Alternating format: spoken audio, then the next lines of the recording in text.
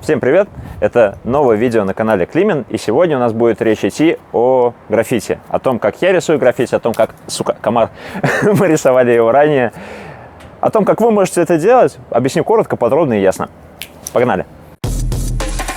В общем, ребят, для тех, кто не знает, расскажу про себя. Я занимаюсь каллиграфией уже достаточно давно, больше 10 лет, и до этого времени я еще занимался граффити, где-то года с 2006-2007. Мы все наигрались в компьютерную игру Маркак и Яйцный Кап и погнали, расписывать местные подъезды, за что у нас местные бабушки и дедушки отхуярили.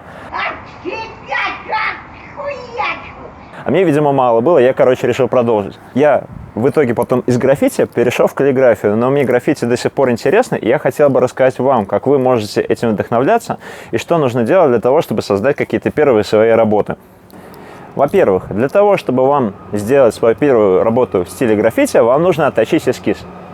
Для того, чтобы вам было удобно, вам нужно продумать максимально все, буквально до всех мелочей. То есть сначала вы рисуете контурный рисунок, закрашиваете его, пипеткой выделяете цвета, смотрите его по наличию в магазине и, соответственно, потом выбираете те цвета, которые вам нужны будут для вашей работы. Кстати, нам сейчас нужно съездить в магазин. Давайте сделаем это вместе, я вам покажу еще, на что я обращаю внимание при выборе краски.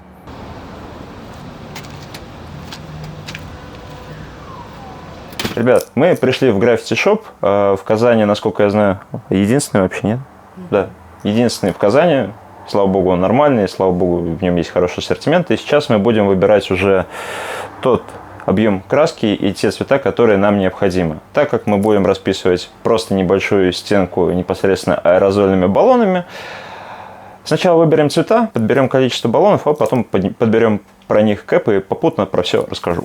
У каждого производителя есть вот такая палитра, но я скажу честно, я на нее ориентировался буквально пару раз. После того, как прогадал с цветом, я решил, что я буду выбирать непосредственно в таких вот магазинах, потому что это максимально удобно. Впоследствии вы уже потом запоминаете цвета, максимально вам понравившиеся, поэтому уже потом к этому не прибегаете, просто заказывайте онлайн необходимые вам цвета. Но первые разы советую приходить в такие магазины, потому что вас и проконсультируют, и при этом по цветам подберете то, что нужно, то, что есть в ассортименте, вы сразу возьмете и пойдете рисовать.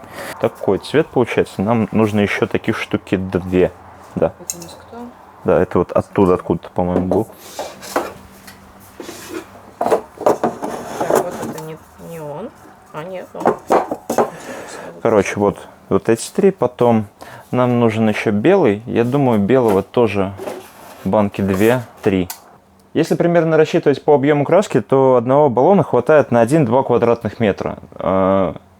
Учитывая свой предыдущий опыт, я бы вам советовал просто рассчитывать на 1 квадратный метр, потому что там где-то подкрасить, где-то текстура стены вылезла, еще нужно будет раз перекрасить. В результате хватает в среднем на 1,5 квадрата максимум, в моем случае, по крайней мере. По объему, по количеству цветов мы прикинули, сейчас нам нужны кэпы. Так, тогда нам нужно 3 фета и пускай 3 скини будет банана на всякий случай. Опять-таки, почему я очень люблю еще граффити-шопы, здесь очень часто есть маркеры и там всякие пилот-параллель-пены, кстати, которые я очень часто использую в работе, на холстах, там, на картинах своих, еще что-то. Кстати, хорошо, что вспомнил, нам нужен пилот-параллель-пен. Так получилось то, что я его в прошлом видосе разыграл, а купить не купил и не отправил человеку, так что... Кстати, видос был, который мы рассказывали про то, как я пишу букву, там был розыгрыш.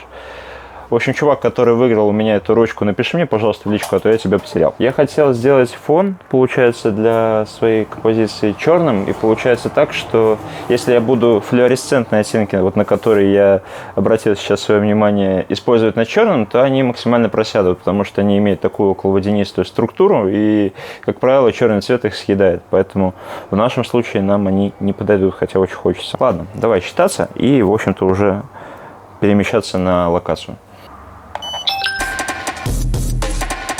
Для того, чтобы вам начать работу на стене, вам нужно, во-первых, выбрать правильную стенку. Желательно, чтобы она была максимально гладкая, чтобы это не был кирпич, чтобы это не была какая-то фактурная стена. Иначе вся фактура съест весь рисунок. В результате получится хуйня. После того, как вы подобрали нужную стенку, вам нужно ее подготовить, покрасить. Я же в данном видео делаю это валиком с обычной водоэмульсионной краской, которую вы можете купить в любом строительном магазине.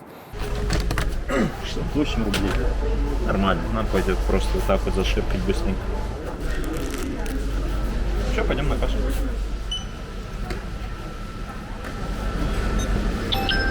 Короче, ребят, мы находимся под мостом Миллениум. Мы здесь выбрали стенку, на мой взгляд, не самую удачную, но не мне судить на самом деле. Если вдруг кто-то обидится на то, что я перекрываю чужую работу, ребят, не судите строго. Это уличное искусство, это нормально в рамках уличного искусства. И даже если мою работу перепишут хуями и даже закроют в этот же день, я буду не против. Это делается в первую очередь для творчества, для кайфа, ну и, в общем-то, вам показать.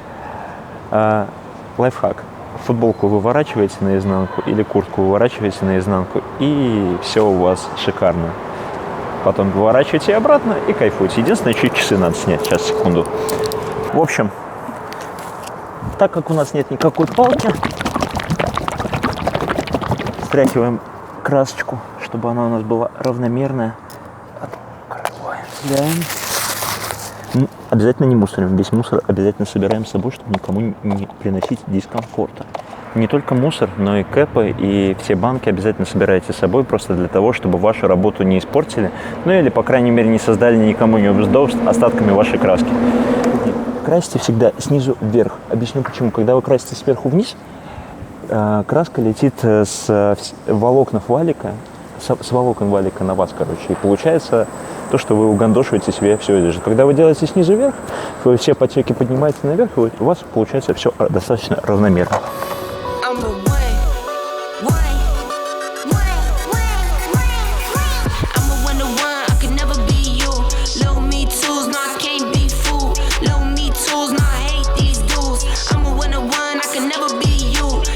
Почему я работу перекрываю полностью? Последний раз, когда я рисовал граффити, на меня пацаны наехали не потому, что я перекрыл работу, а потому что я перекрыл не до конца. Не нужно оставлять вот все вот эти вот нюансы, то, что ты перекрыл чужую работу, лишний хейт.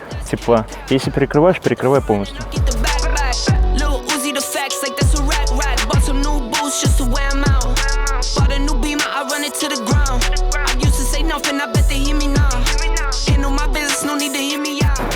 Блять, получается школа ремонта какая-то, блять, одень меня в каску, Сан Саныч, блядь. Мастер-класс. Когда вы покупаете баллончик, вот эта насадка называется кэп, не факт, что этот кэп вам подойдет для вашей работы. Объясню почему. Тут разный диаметр сопла, из-за которого получается разная ширина линий. Давайте покажу разницу. Один и тот же производитель, как вы видите, ставит разные абсолютно кэпы. Причем этот для контуров, а это для закраса. Я не знаю, почему так происходит, но у вас в запасе должны быть и те, и другие, в общем-то. Допустим, вот тут кэп обычный для закраса. Он дает вот такую линию. Соответственно, тут уже у нас кэп для контуров, но он немножко толстоват. То есть... Сейчас, секунду. Короче, баллон надо растрясти, чтобы он нормально писал. Я не знаю, вам будет видно или нет. Ну вот, он значительно уже тоньше. Я распределял с одного и того же расстояния. А теперь мы сменим наш кэп на уже более тонкий. Тот, который я обычно использую для работы с контурами, банана кэп. Даже если невооруженным взглядом смотреть, то видно, что вот та линия, которую я сделал этим кэпом, она чуть ли не в 1,5 раза меньше, чем от стандартного по ширине. Давайте еще расскажу про кэпы для заливки. Как мы видели, уже есть стоковый кэп стандартный. Я очень люблю использовать фэт-кэп. Когда вставляете кэп, старайтесь его не просто вдавливать туда, а вот просто аккуратненько вот так вот закручиваете, тем самым вы на себя случайно не пшикнете, и у вас будет чистая одежда. Короче, фэт-кэп даст нам вот такую ширину линии, сейчас увидите. Такую линию уже дает нам кэп для заливки, который мы докупаем дополнительно. И, как вы видите, реально стоит его купить, потому что он закрашивает сразу в 2 раза площади, но из-за этого в 2 раза увеличивается расход баллона, так что учитывайте это тоже. Вот есть такие каллиграфические кэпы, также вкручиваем. У них диаметр сопла такой плоский. Из-за этого у нас получается плоская линия. И это нам дает возможность рисовать линии, похожие на каллиграфические. Но проблема в том, что края таких линий довольно неровные, и это подойдет только для тегов. Тег – это просто когда ты вот баллончиком расписываешься быстренько и все. Все равно, что подпись. В нашем случае нам это не подойдет, потому что мне все эти линии хочется выравнивать чуть более аккуратно, но для разметки почему бы нет, может, вам и подойдет. Нет, вы начинаете размечать вашу работу. Вам нужно, чтобы она композиционно уложилась в рамках стены, и, как правило, вы не можете замерить ту стену, на которой вы будете работать, для того, чтобы подготовить эскиз прямо под нее, если вы делаете это на улице, допустим. Вы примерно визуально размещаете какой-то центр для себя. В моем случае это была середина столба. Я начал от нее отталкиваться, то есть я разделил работу на левую и правую часть. Ну, соответственно, дальше просто прикинул какое-то расстояние по краям, которые я должен оставить, какое-то количество воздуха, необходимое для меня. Ну и, соответственно, разметил для себя некую сетку по расположению и направлению линий букв. После этого мы начали размечать наши контура. Делал я это крайне быстро, потому что нет необходимости их выводить, потому что в любом случае вы это еще будете подводить 100 раз в процессе работы. Вы очень быстро размечаете контура просто для того, чтобы понимать какой-то объем буквы, где он и как будет располагаться. После того, как вы примерно все это прикинули, вы начинаете все это дело очень быстро заливать по цветам. Даже не обязательно в данном случае все это дело выравнивать или рисовать сразу прям в идеал, хотя многие делают так, но, на мой взгляд, лучше не тратить на это время, быстренько залить объем, и, соответственно, уже потом, опять-таки, когда у нас весь объем краски положен, вы уже начинаете работать над деталями. Берем фэт, кэп и быстренько заливаем то, что мы уже проконтурили. Hop a new baby and slide my way. I play the catch up, baby, just slide on me. Only time you lie is when you lie on me. Be my forever, baby, come ride my way.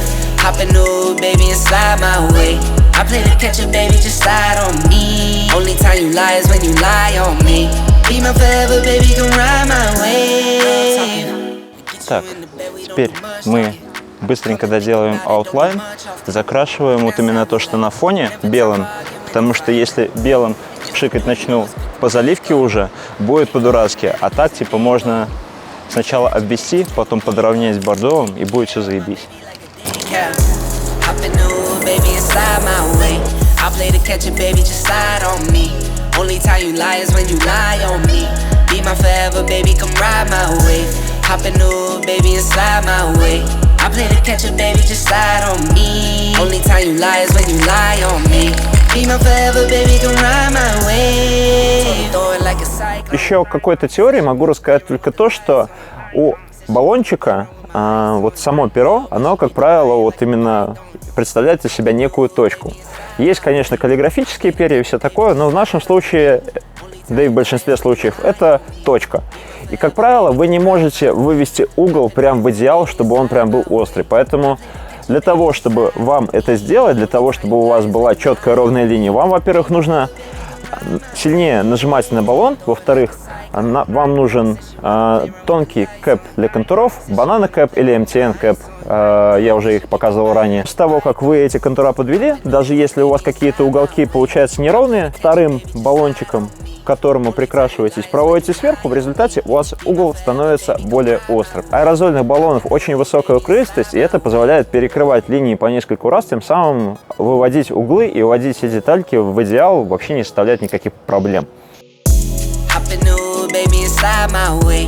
I play the catch up, baby, just slide on me. Only time you lie is when you lie on me.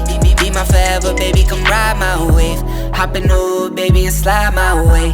I play the catch up, baby, just slide. Вот вам лайфхак на будущее. Если вы хотите оценить как-то работу целиком, добавить каких-то деталей, посмотреть, чего не хватает, то телефон самое удобное решение. Телефон с камерой, с любой, в общем-то, без разницы. Для того, чтобы оценить какие-то пятна и композицию, вам это будет вполне достаточно.